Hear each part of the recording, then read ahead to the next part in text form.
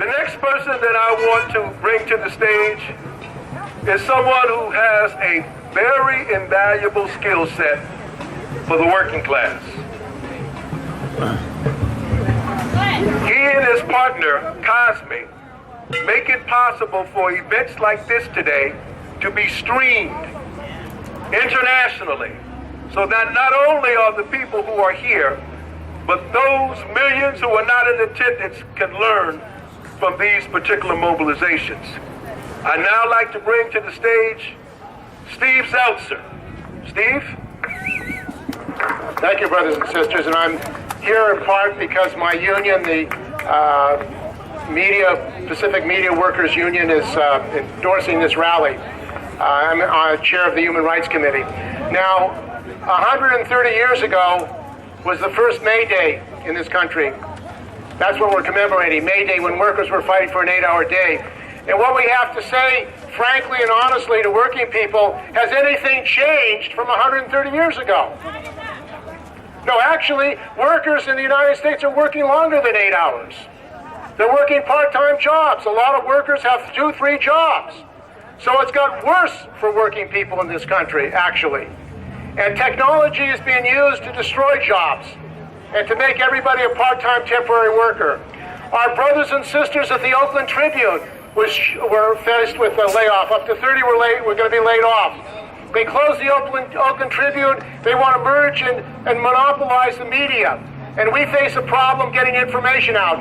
I want to thank John Peroulis and Frank Sterling from KPFA today, who helped stream this rally so it could go all over the world. We have to let the world know what's going on. And in May Day next year, we have to stream this in San Francisco and Mexico City, in Korea and South Africa, and all over the world.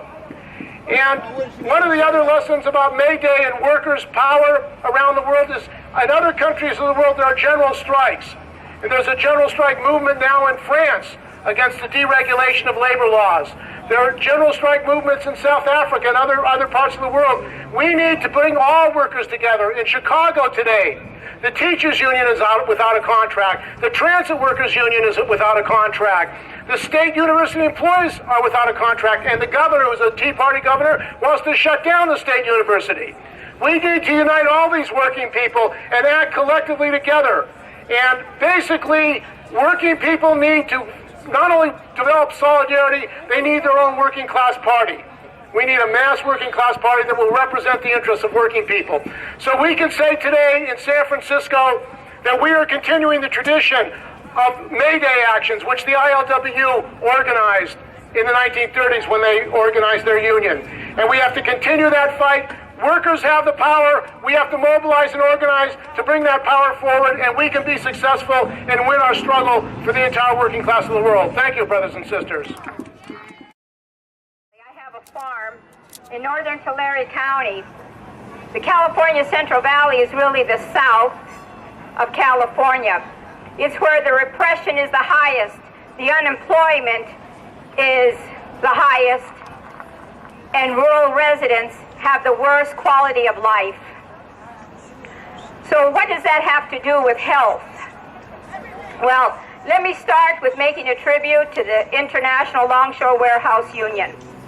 Because, and this is a very interesting thing, in the 1920s, when agricultural workers were moving out of the South, going to the industrial North, basically African-American workers, and coming to the West Coast, what the United States government did and allowed were big corporations to import hundreds and thousands of Filipinos to work on the plantations in Hawaii, to create the seafood industry in Alaska, and to come to the West Coast for green crops.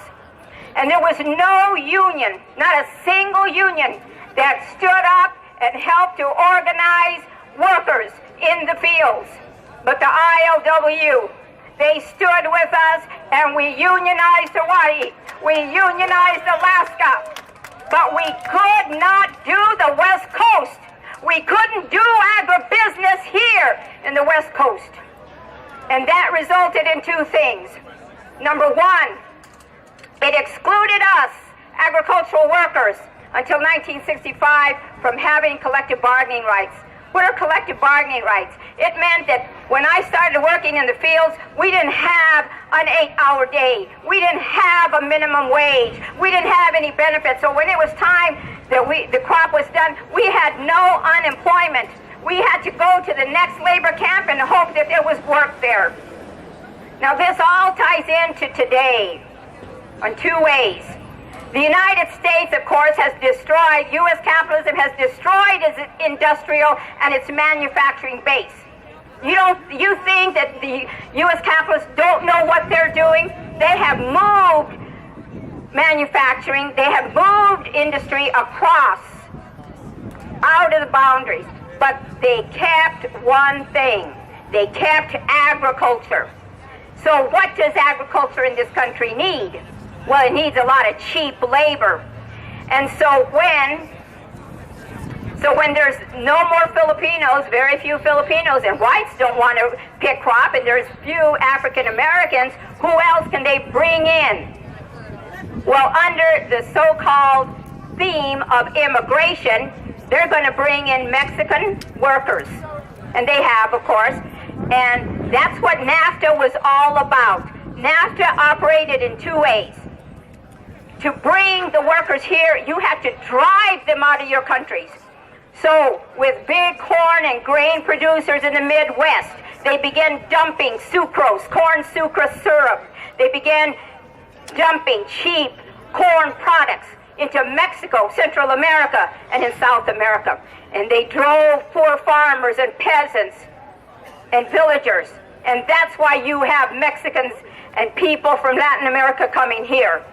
At the same time, the United States, under NAFTA, TPA, blames immigrants, blames us for the problems in this country. And I tell people, you know what? If you don't like Mexicans and you don't like immigrants, well, don't eat that food, because we planted that food, we picked that crop, and we packed it to ship it to here. So if you don't like us, don't eat.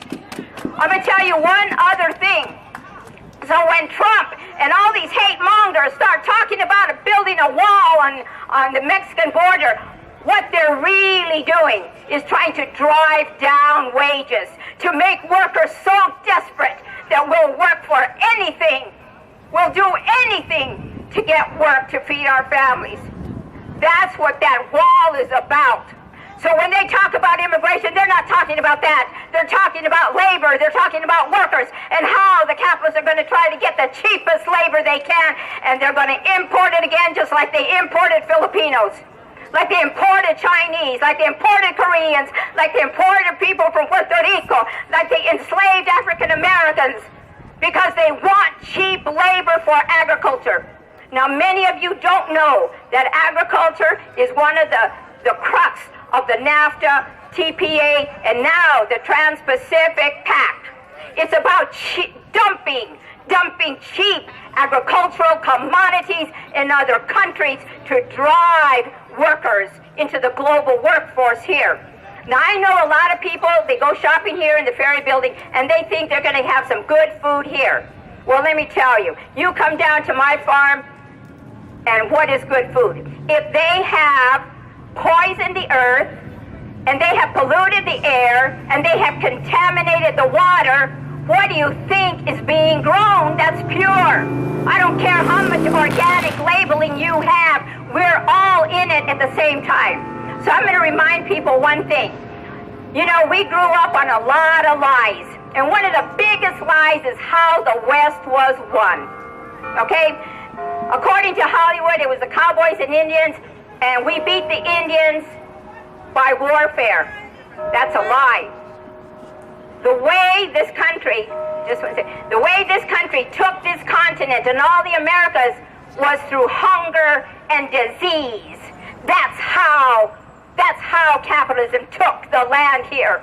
They starved, and if they didn't starve you, they brought so many diseases from Europe that they decimated the tribal peoples of the Americas. So what do you think's happening now? What do you think? We have this epidemic of diseases. Why does almost every family have cancer and diabetes and high blood pressure? And not only that, we have the highest growing rate of mental and emotional illnesses in this country. And it's all tied to food. So as long as they cannot unionize the agricultural sector in this country, they're going to continue in this evil, insidious way of industrializing agriculture. So I want to leave it with you. You know, Filipinos, we've always had our sharp differences with the UFW and the Chavez faction. But one thing is clear. Workers working in the fields, in the packing house, in the slaughterhouses are not unionized. And the legacy that we took from the ILW is that they trained a Filipino collective leadership that was able to launch the 1965 grape strike. That legacy has to be rebuilt. We have to unionize and organize agricultural workers in this country if we are to really bring this system to become a humane and decent one.